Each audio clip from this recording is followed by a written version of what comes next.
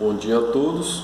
Hoje nós iremos iniciar nossa abordagem de biologia falando sobre introdução à bioquímica.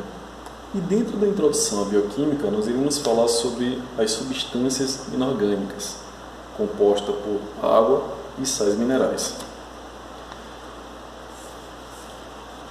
Iniciando nossa abordagem, teremos o seguinte. A água, desde o ensino fundamental, ela é composta por duas moléculas de hidrogênio e uma de oxigênio, certo? Lembrando que o oxigênio ele corresponde à família 6A. Isso quer dizer que nesse compartilhamento ele tem 6 elétrons que nesse compartilhamento, que nós estamos vendo aqui com as moléculas de hidrogênio, ele vai precisar de mais 2 elétrons para se tornar estável. 1, 2, 3, 4, 5, 6. E os 2 elétrons do hidrogênio, ele se torna uma molécula estável. Ok? Nós vamos observar aqui, na segunda ilustração, que a molécula de oxigênio ela é carregada negativamente. Quando ela é carregada negativamente, isso quer dizer que tem uma tendência de atrair elétrons que estão sendo compartilhados nesta ligação. Como o oxigênio é negativo, o hidrogênio ele é positivo, carregado positivamente, certo? Então isso vai corresponder o quê? Que ele tem uma tendência de atração. Logo isso corresponde na química ao que nós vamos chamar de ligação covalente. O que seria uma ligação covalente? A grosso modo, a ligação covalente ela é uma ligação intramolecular, ou seja, é uma ligação que vai ocorrer dentro da molécula da água, certo? Então a gente vai observar o seguinte, que a molécula da água ela tem 2 polos, um polo negativo com a molécula do oxigênio e um polo positivo com a molécula do hidrogênio, certo? Logo, nós iremos chamar a molécula da água como polar, por apresentar esses 2 polos. Continuando a nossa explicação, nós vamos falar sobre algumas características ou propriedades específicas.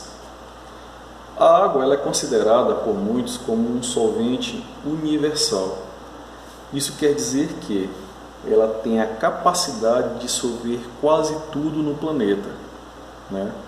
Quando eu digo que tem capacidade para dissolver grande parte das coisas no planeta, ou das moléculas no planeta, porque ela tem o que nós vamos chamar na química uma certa propriedade chamada que semelhante dissolve semelhante, ou seja, dissolve outras moléculas polares ou moléculas hidrofílicas, aquelas que têm facilidade de dissolver na água. Um exemplo disso é o NaCl, ou cloreto de sódio, que é justamente o nosso sal de cozinha. O Na, do cloreto de sódio, ele é positivo. Já o Cl, ele é negativo. Como é uma molécula polar, o positivo do Na vai ser atraído pelo negativo do oxigênio e o negativo do Cl vai ser atraído pelo positivo do hidrogênio. Ou seja, quando a gente bota em um copo d'água sal e misturamos, nós vamos perceber que vai haver uma dissolução. Ou seja, a molécula do NaCl ela começa a se misturar com a água e assim vai se dissolvendo.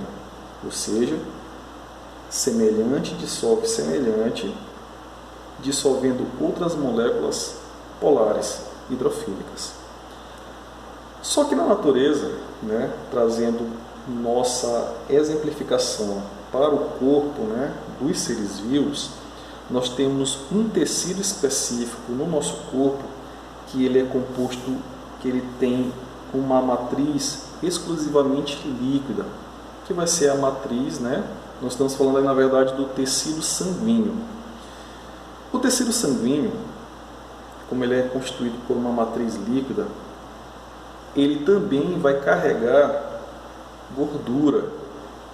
Marinho, sabemos que as gorduras, elas não dissolvem na água, porque se nós botarmos óleo mais água, nós não teremos aí então uma substâncias que vão dissolver uma na outra, né?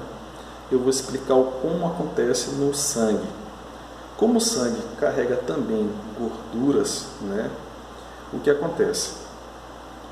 O sangue vai precisar de proteínas específicas que vão carregar essas gorduras no sangue. Essas proteínas são consideradas como barquinhos, né? Ou ter a função específica do transporte, já que a água não consegue dissolver totalmente. O que vai acontecer? O LDL, que é considerado por muitos como colesterol ruim, pois ele vai armazenar esse colesterol na parede dos vasos, levando, por exemplo, a um entupimento das artérias. LDL, como muitos consideram como colesterol ruim, na verdade corresponde a uma proteína. HDL, diferentemente do LDL, muitos consideram como colesterol bom, porque ele ajuda a eliminar esse colesterol do sangue. Então, LDL e HDL são considerados proteínas, certo?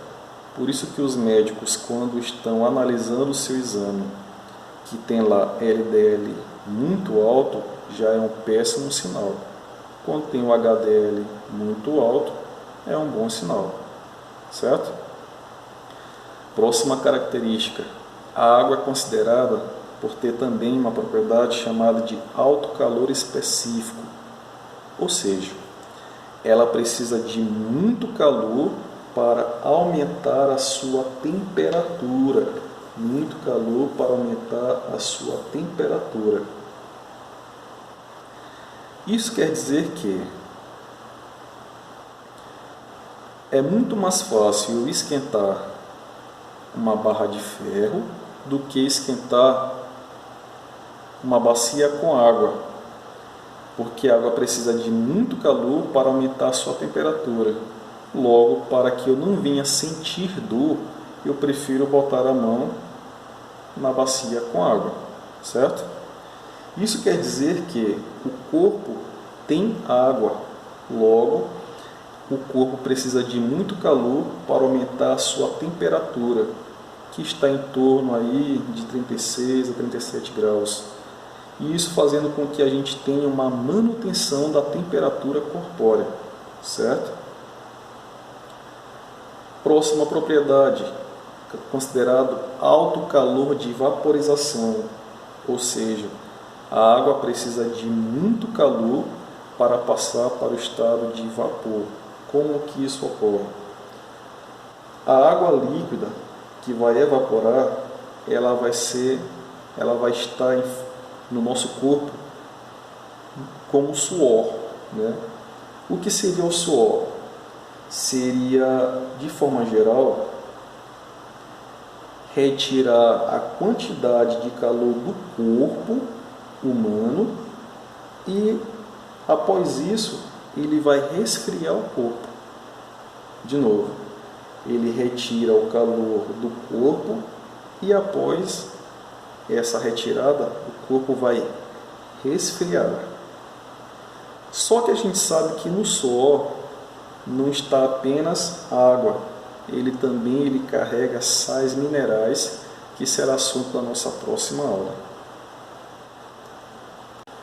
Continuando a nossa explicação sobre a água, nós vamos ter não apenas uma única molécula de água, nós teremos várias moléculas de água.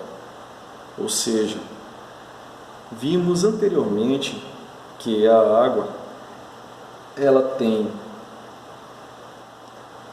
uma dinâmica de ligações internas, que nós chamamos de ligações covalentes, ou ligações intramoleculares, que vão acontecer dentro da molécula da água. Mas como temos também várias outras moléculas de água, nós vamos ter interações entre moléculas distintas de água, ou seja, ligações consideradas